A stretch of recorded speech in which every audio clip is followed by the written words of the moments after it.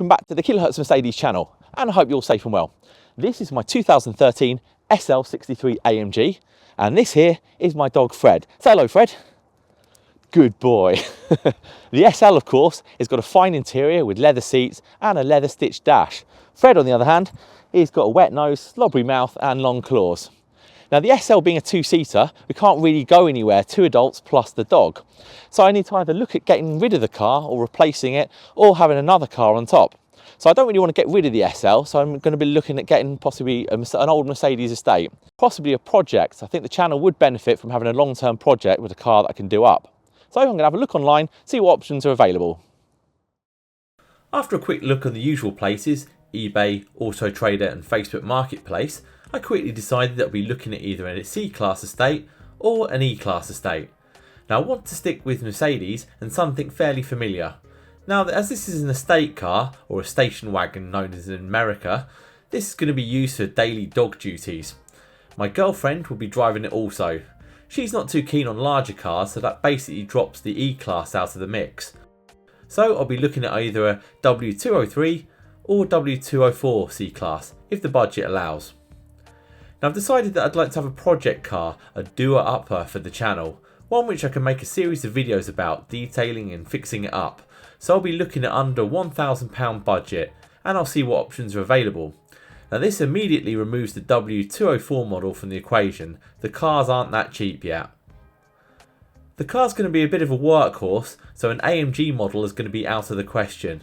Also, I already have an SL63, so I can't afford to keep two V8s running. So I'll be looking at getting a diesel. With that said, I've always liked the AMG kitted models. Back in the early 2000s, you could get a non-AMG model which looked virtually identical to their Affalterbach counterparts, as far as the body kits go. So a diesel AMG kitted estate model, ideally a C200 or C220, and it must be a facelift model. The early models had terrible switchgear. This narrows the search down dramatically. The handful of estate models which are out there with AMG kits, also known as sports editions, are virtually all petrol or they're manuals. Now, as previously mentioned, this is going to be a family workhorse, so an auto is a must. I'm not going to take it on track or anything like that, so I have no need for a manual whatsoever. After a good 2 months searching, a member on the Facebook group posted that he had one for sale. The car, however, has no MOT and he wanted £1,000 for it. Now, the MOT is the UK's annual road safety test which all cars must go through, and a car without one indicates that something's wrong and needs fixing. This looked tempting. After some messaging, I managed to get the car for a little over half of its asking price. The car does, however, have some Starship mileage. It's got 176,000 kilometres on the clock. The seller stated that the car needs a front passenger side suspension arm and a driver's side anti-roll bar link to be replaced. Now, the trouble is, the car is nearly 4 hours drive from mine, so I've gone ahead and taken the risk and had the car collected after I bought it sold unseen. Hopefully this won't be the biggest car mistake of my life. Now, a couple of days later, the car arrived and was driven off the flatbed trailer. It's midwinter and it's dark, so on a quick glance when it arrived, the car did look great. I'll have to see what it looks like first thing in the morning. So it's now the following morning, and this is my new Mercedes C220 CDI estate with the rare factory fit AMG kit with front and rear AMG bumpers plus side skirts, and I must say in the daylight it looks great, far better than the initial photos suggested. That Mercedes brilliant silver paintwork really pops even in this overcast weather. The car has 173,000 miles on the clock. It's not perfect by any means, but from a couple of metres away it really looks good. The front, the headlights have got a little bit of pitting, nothing major, nothing that can't be buffed out. The front Mercedes star's gone. I've got a new one on order. You know, cars with the upright stars, you've got to have them. It's a classic Mercedes. Looking down the front, the AMG spec bumpers have these kind of mesh that kind of indent really easy, so I need to take those out and reshape them, give them a spray as well, looking at it proper. It's got quite a lot of stone chips. And then the main problem with the front of the car is around this side. It's had a bumper scrape. Now, what I'm going to do is probably remove the bumper, sand this back, put some filler in, get it looking ship shape. This is all the same colour. It may not look it on film, The only problem is it's got a little bit of chrome damage there, but strangely it's been attached with a house screw there, which is starting to rust. I guess that was probably pinging out. Around side, I mean, look at that. It's looking really good. One thing I didn't notice in the advert, it's actually got factory tints on the rear. Something I actually want. It just makes the back of the car a lot more secure. Alloys are actually in really good nick. A couple of little minor scrapes, but nothing to write home about. Now the tyres are actually really, well, they've all got decent tread on them. They're some kind of budget make I've never even heard of. And I think one might have a slow punch I need to look at. But rust-wise, I mean, the front arches, there's a tiny little bit starting there, which I need to address. It's common for these. And then, of course, it's the Sport Edition. Well, I believe the Sport Edition just is the avant-garde spec, but with AMG bumpers. Maybe slightly lower, I'm not sure. I need to look into that. And then the main problem is, of course, the rust on the rear arches. Now, I knew about this from the advert, but I'll just show you here. So it's not too bad, to be honest. It's not gone around the side, so I can mask this off. And then I just need to sand that back, probably get an angle grinder to it, put some filler in and treat that. I don't believe it's gone further down into these beneath these side skirts, but I will need to look at that because that's a common fault on these. It's not as bad as the previous generation, but it's still a problem on these. This is from 2006, so I think Mercedes properly started galvanising around this time. Obviously didn't do this model. But the rust hasn't continued round on the rest of the arch. There's nothing there whatsoever. And I've even looked on the other side. So yeah, I should be able to get this before it spreads. The brake rotors and discs, there's a lip on the front, not on the back. This has been sat for a while, so I think that's just surface rust. Usual Mercedes rusty calipers. I will give these a good refurbish. Probably have to put some new pads and so on. Comes with locking wheel nuts, which are of course rusty. Another classic Mercedes of this vintage issue. I think there's a little dent somewhere here. Can't really see it in this light. But yeah, around back it's got a tow bar. I don't believe this is factory fit, but I might keep that, I'm not sure. Can remove it. I believe you can remove these ones just with this little locking, use a key or something. Look at those sexy downpipes. They can probably clean up. I might try and get one of these sort of AMG back boxes. They're probably going to cost nearly as much as what I pay for the car to get them, but they will clean up the rear end. And then down this side, pretty much the same stories. Nothing major.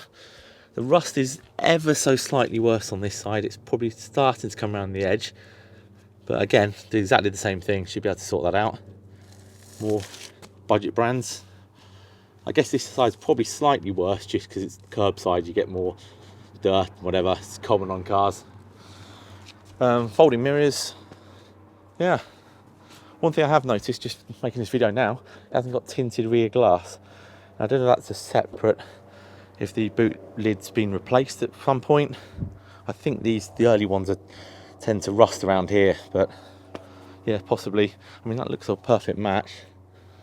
I don't know, who knows? It's no big deal to get that redone though. But yeah, I mean, what a bargain, eh? I mean, well, cosmetically at least. Yeah, who knows what horrors are like waiting for me under the bonnet. But yeah, should be able to clean this up. I mean, the main problem is just the state of it. It's just been a bit neglected for the last couple of months, I think. But I should be able to sort that out, getting it looking shipshape once again. Anyway, let's have a look inside. Of course, this being in a state, the whole reason why I got the car, so I'll open that. Actually, the car came with 2 keys. The seller told me there's only one, but I managed to find another one wedged down inside the car, so it's a bit of a bonus. But yeah, the car's got the dog net, which is going to be useful. I can unclip that at the top. And then, so this works. That can be pulled down. There we go. So yeah, the general condition of the car is not bad considering it's got 176,000 on the clock. It just needs a real deep clean. So look, oh, another number plate. I guess if it's got a trailer, that makes sense. And then there's a couple of just rogue wires lying around. I can just see there's some actually coming off the battery terminal. I imagine it's had some kind of sound system or something. That'll need some investigation. But yeah, once you get those seats down as well, at the back, it's incredible the amount of load space in one of these. Exactly what I'm after. Should be good for the dog to get into. So let's take a look inside. That's pretty much the same situation as the exterior. It just needs a really good clean. There's no mats, which is the first thing you notice, and there's a small rip in the seat. These are all common issues. It's this kind of Mercedes fake leather thing. I could probably, I don't know, I might just put some gaffer tape over that or something. Generally, the interior is pretty neat. It's got electric sunroof as well. Front and rear parking sensors. Let's sit inside anyway. Yeah, unfortunately it hasn't got the saddle. I've just discovered the door handle. All right, it's another thing for the list. So yeah, it hasn't got command. It does have this, what is this, W203? Yeah, that works fine. I've gone through everything. All the electronics and everything seem to work really well. So there's no problems at all. Just, as I said before, it just needs a good clean. I have noticed that that's a bit loose. I don't know if that's just an issue or there's something hiding that I don't know about. Hopefully there's no gearbox issues. But at the moment, the car's declared is off the road. It's sawn. So I've not actually taken it out for a drive. I've driven it up and down the driveway just here. Just going on, getting it off the road and putting it on here. And I couldn't feel any knocks or anything. The engine seems to run fine. And I'll just start it up.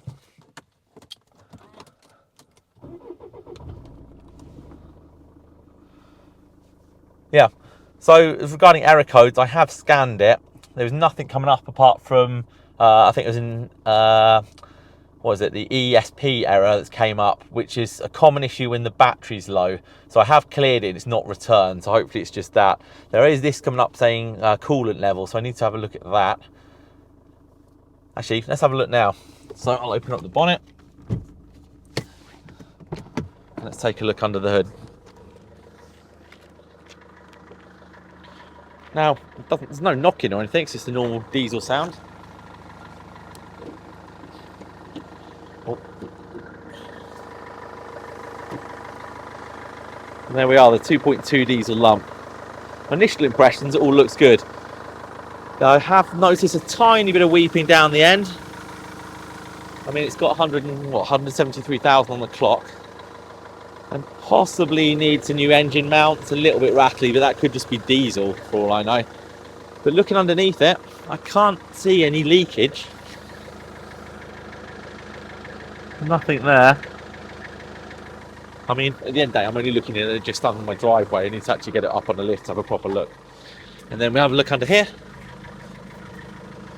Possibly a little bit of leakage over that way.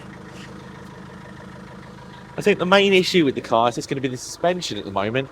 I think it needs new anti-roll bar link and probably the control arms, I believe.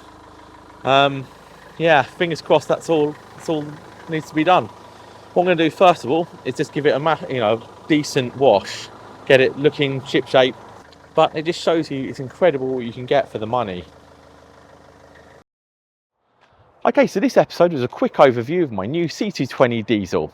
Now, it's about time that I had a new project on the channel. So my intentions are that I have a video series with different episodes, with the next episode me going through all the mechanical issues of the car, and then a couple of episodes of me actually fixing and addressing these, as well as a couple of episodes of me giving the car a full deep clean, both the exterior and the interior, with the ultimate goal being the final episode that I take the car over to Germany and do a lap around the Nürburgring.